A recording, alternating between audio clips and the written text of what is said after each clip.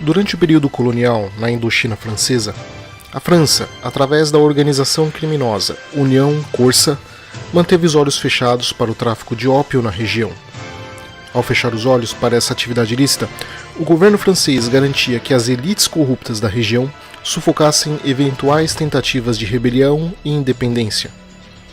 Porém, após a Batalha de Dien Bien Phu, em 1954, e a derrota francesa que desencadeou na sua saída da região, a situação mudou. Os novos regimes e guerrilhas comunistas não seriam tão tolerantes com o tráfico de drogas, iniciando uma guerra secreta no submundo que vai se manter até os dias de hoje. No vídeo de hoje, veremos que a principal agência de espionagem dos Estados Unidos, a CIA, se envolveu indiretamente e diretamente com o tráfico de ópio e, por consequência, a heroína, ao longo dos anos 60 e 70, em atos tão graves que poderia até mesmo serem apontados como traição. Mas antes disso, não se esqueça, se inscreva no canal e compartilhe o vídeo com seus amigos nas várias redes sociais. Sem a sua ajuda, o canal não tem como continuar existindo. A sua ajuda é fundamental para que eu possa continuar trazendo conteúdo de geopolítica genuína e imparcial para vocês. Meu nome é Adriano Peta e esse é o Geopolítica Mundial.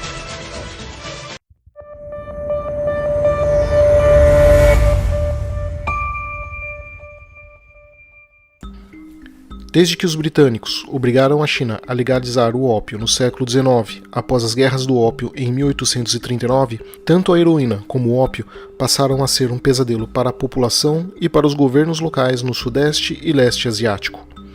O consumo desenfreado desse poderoso narcótico, cujo o efeito é depressivo, causou tanto estrago para a até então mais rica nação da história, o Império Chinês, que no intervalo de menos de 100 anos, a China atingiu níveis de miséria humana somente vistos em grandes catástrofes humanitárias.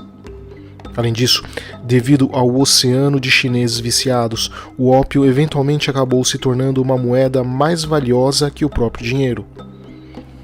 Controlar a produção e a distribuição do ópio não apenas rendia a generais chineses chamados de senhores da guerra dinheiro para manter as suas tropas, mas também garantia poder político para negociar tanto com outros generais, como com o governo chinês e também até mesmo com as potências coloniais europeias. Dentre as lideranças que utilizavam o tráfico de drogas para manter o poder político estava ninguém menos do que Chiang Kai-shek, o líder do Partido Nacionalista Chinês, o Kuomintang ou KMT.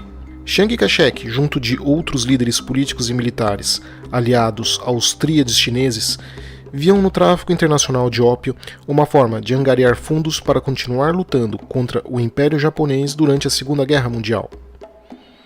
Apesar dos Estados Unidos e Inglaterra saberem do envolvimento em larga escala do KMT com o tráfico de drogas, eles acharam que não havia muita opção a não ser ignorar o problema, uma vez que o principal objetivo era a derrota do Japão. O problema é que após a Segunda Guerra Mundial e o início da segunda fase da Guerra Civil Chinesa, novamente os aliados ocidentais decidiram fechar os olhos para as práticas ilícitas do KMT, já que agora era imprescindível que o Partido Comunista Chinês e Mao Tse-tung fossem derrotados. Porém, Mao Tse-tung ao final conseguiu derrotar Chiang Kai-shek na parte continental da China, empurrando as forças KMT para a ilha de Taiwan, aonde o enorme fluxo de refugiados chineses do continente, liderados pelo KMT e pelas tríades, geraram pesados confrontos para a população, que apesar dos frequentes protestos, acabaram sendo violentamente subjugados pelo novo governo. Kai-shek, porém, ainda não só não se sentia a salvo, temendo que eventualmente a China pudesse tentar invadir a ilha de Taiwan, como ainda por cima tinha como ambição retomar a China continental e voltar ao poder. O problema era que os constantes expurgos do Partido Comunista Chinês estavam varrendo toda e qualquer figura política que pudesse vir a ajudar na retomada da China continental. E para piorar, seus aliados na Indochina vinham enfrentando problemas com as guerrilhas comunistas abastecidas e apoiadas pela União Soviética e pela própria China comunista. A segunda metade do século XX não estava sendo generosa com o povo chinês, que ficavam encurralados entre um líder comunista e genocida e um líder corrupto associado ao tráfico de drogas. Do ponto de vista de Kai-shek, o cerco estava se fechando e seria questão de tempo até Taiwan estar isolada. Com a derrota dos franceses na Indochina, que resultou na criação dos estados do Vietnã do Norte, Vietnã do Sul, Laos e Camboja, a situação iria ficar ainda pior. Os senhores da guerra do chamado Triângulo Dourado, uma região no Sudeste Asiático que na época era a maior produtora de ópio do mundo, sentiam cada vez mais a pressão comunista, que garantia a erradicação do tráfico de drogas de forma muito simples. Em geral, matando todo mundo que era suspeito de envolvimento com a produção, o tráfico e o uso de drogas. Na percepção geoestratégica de Kai-shek, os senhores da guerra da região do Triângulo Dourado, além de ligados ao KMT, eram também uma forma de conter o avanço comunista sobre a região, ou então de futuramente penetrar novamente na China continental. Tal como os franceses fizeram antes dele, Kai-shek se aliou a esses megatraficantes, que possuíam exércitos particulares e conheciam bem a região. E ele não estava sozinho nesse pensamento. Após a saída francesa, os Estados Unidos logo passaram a se preocupar com a expansão do comunismo na região do Sudeste Asiático. Para os norte-americanos, a região era excessivamente frágil ao avanço comunista. Afinal, as lideranças políticas e militares de Laos, Camboja, Vietnã do Sul, Tailândia e Mianmar tinham duas coisas em comum. Eram excessivamente corruptas e suas forças militares mal organizadas. Com a escassez de inteligência na região, o KMT de Taiwan era a principal fonte de informações dos Estados Unidos na região do Sudeste Asiático. O serviço secreto taiwanês era composto não só de militares que lutaram contra os comunistas na China continental, mas também por membros de diversas tríades chinesas que utilizavam as redes do submundo do crime para levantar informações sobre as atividades comunistas na região.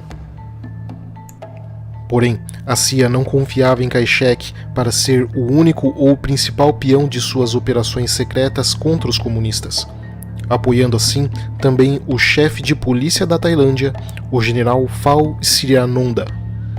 O problema é que, tal como Kai-shek, o general Phao também estava envolvido com o tráfico de drogas. O ópio, então, possuía 3 rotas principais, sendo produzida no Triângulo Dourado, comprada pela polícia tailandesa e distribuída através da primeira rota, sob controle dos militares tailandeses pelo porto de Bangkok, e enviada para Malásia, Singapura e Indonésia. Ou então, através da segunda rota, controlada pelos oficiais KMT, enviada para Taiwan, de onde então era distribuída pela costa oeste dos Estados Unidos. Ou pela terceira rota, também ligada ao KMT, indo por Hong Kong, para ser enviada para Inglaterra e então distribuída pela Europa. E tudo isso com aviões e caminhões fornecidos pela própria CIA. O volume de drogas distribuídas pela Tailândia e por Taiwan eram tão grandes que chegavam a ser de conhecimento público, com encontros entre lideranças políticas e líderes de facções criminosas saindo no jornal e na televisão. A questão era óbvia. Ou a CIA era a pior agência de espionagem do mundo e não sabia de nada, ou ela sabia e não se importava. A relação entre CIA e o tráfico de ópio até então era tácito, ou seja, indireto.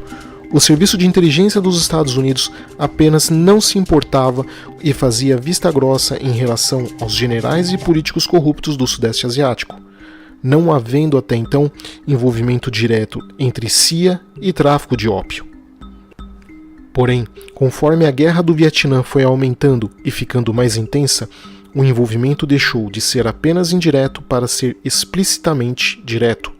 Conforme as forças do Vietnã do Sul iam perdendo espaço para os Vietcongs e as operações militares dos Estados Unidos não conseguiam causar danos estratégicos aos guerrilheiros, que eram treinados pelo Vietnã do Norte e abastecidos através do Laos e do Camboja, e por consequência fora do perímetro autorizado para operações militares por terra, ficou claro para a CIA que essa guerra não poderia ser ganha pelos métodos tradicionais, respeitando fronteiras.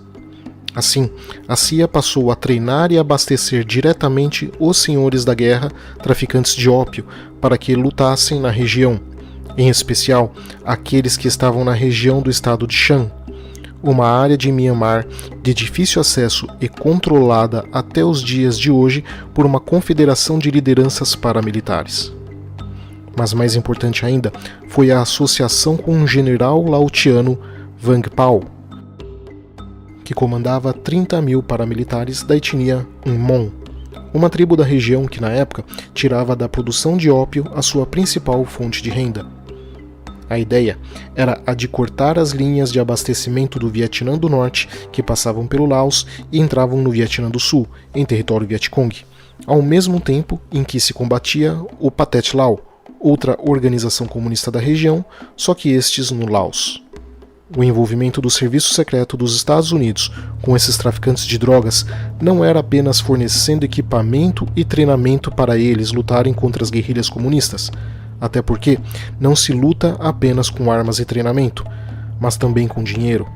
E a CIA ainda precisou facilitar que a renda do tráfico continuasse fluindo, fornecendo verdadeiras frotas de aviões C-47 e C-49 que eram usados no transporte das drogas, e devido à escassez de pilotos, às vezes até mesmo garantindo que ex-militares americanos fossem usados nesses aviões. O que a CIA não contava é que a principal fonte de renda desses traficantes não estava a milhares de quilômetros nos Estados Unidos, onde era combatida por outras agências do governo, como o FBI e a DEA, mas sim ao lado, dentro das bases militares norte-americanas no Vietnã. A explosão da produção de heroína e ópio nos anos 70, somada a uma baixa moral causada por uma guerra sem vitória à vista, criou uma verdadeira epidemia de uso de drogas por entre os soldados americanos, que mesmo após voltarem para casa, continuavam viciados. A situação cresceu de forma tão crítica e fora de controle que logo aviões da Força Aérea dos Estados Unidos passaram a ser utilizados no tráfico de entorpecentes.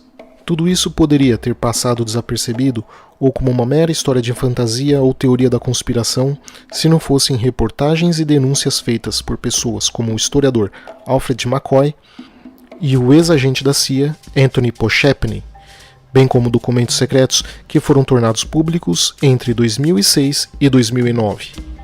Em geral, os documentos e relatórios apontam que não é possível dizer que a CIA orquestrou ou comandou o tráfico de ópio e heroína, mas sim que ela usou as peças já existentes do tabuleiro político-econômico do Sudeste Asiático, que usavam as drogas como fonte de poder e influência.